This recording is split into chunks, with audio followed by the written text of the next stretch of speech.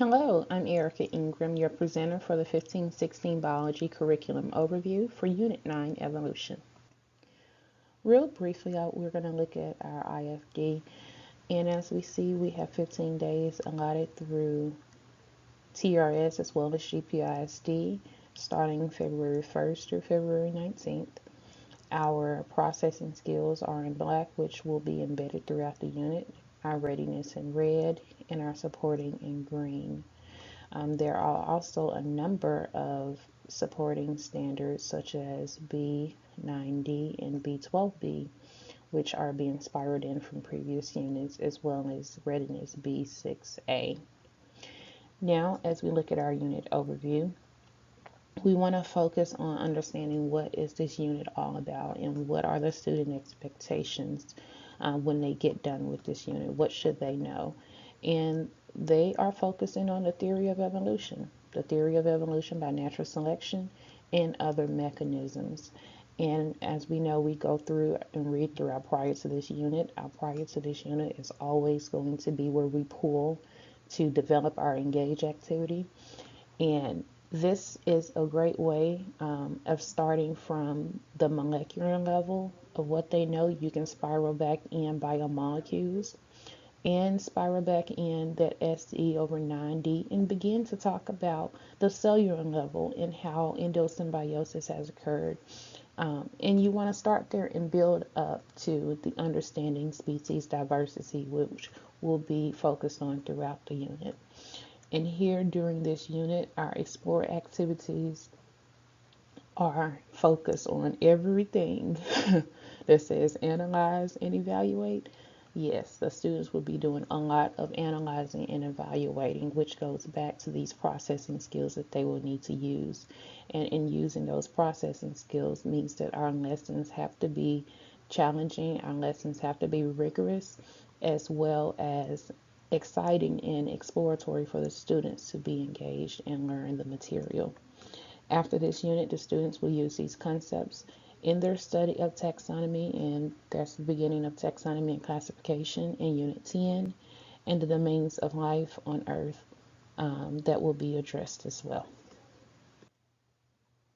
Now looking at our district data, we can see that there are areas or SEs specifically that we have improved upon over the year.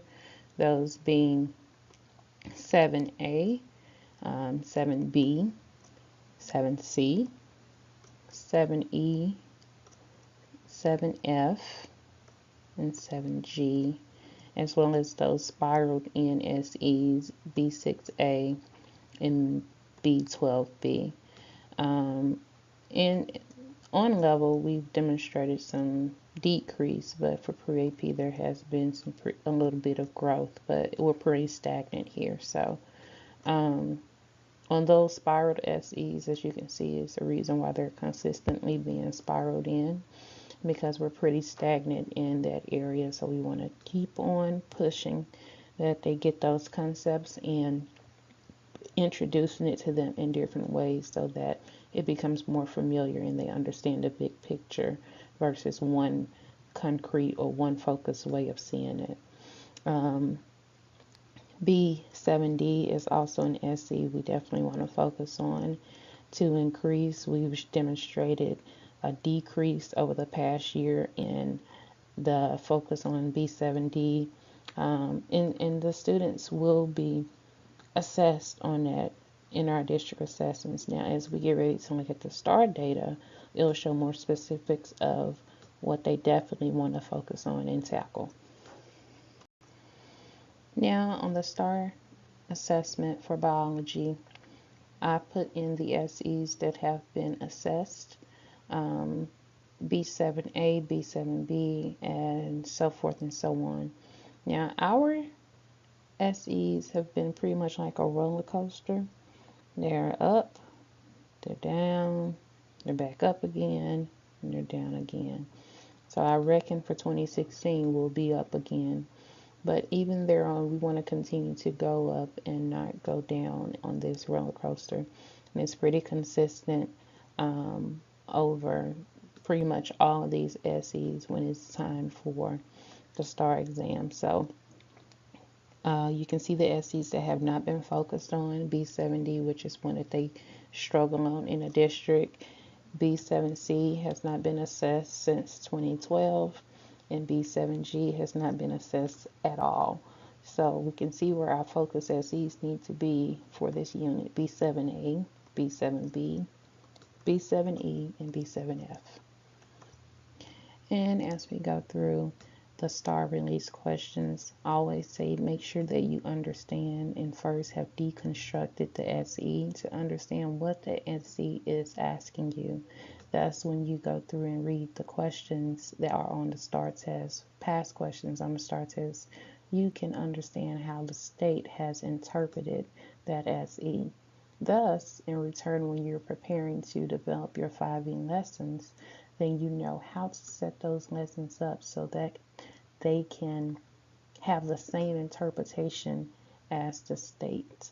And I just have those questions here. I have a couple for the readiness standards, and I have one for each SE. And you have graphics. This one is being assessed with the processing skill. 2014 question for B7A, it was not assessed with the processing skill, but there had to be an understanding of comparing two different species, looking at genome maps, and whether they are expected to understand from looking at the genome maps, which is how closely related the two species are to each other. Now in B7B, a supporting standard, the students will be analyzing and evaluating scientific explanations as it relates to the sudden appearance, stasis, sequential nature of organisms, all in terms of fossil records. So you would definitely more than likely have a comparison using some type of graphic of a fossil record. And that's B3A, the processing skill for that supporting standard. On B7E, we're analyzing and evaluating the relationship of natural selection to adaptation and to the development of diversity in and among species. So we have the first question on the 2015 assessment was a question over B7E, which is one of our readiness standards. And in 2014, B7E was also assessed. And on this question, it was not dual coded. So the students just had to read through this brief passage of the question and successfully answer the question, which 91% of the students in the state did correctly. And B7F, the students will analyze and evaluate the effects of evolutionary mechanisms. Those are mechanisms again. And in what context? In terms of genetic drift, gene flow, mutation, and recombination.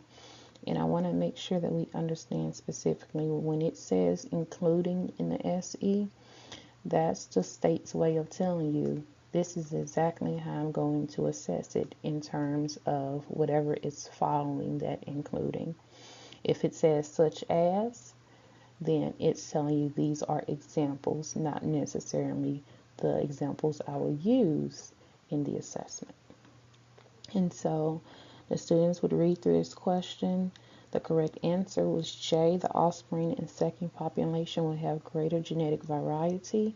And from understanding what the question was asking, they should be able to identify which of these evolutionary mechanisms were being described.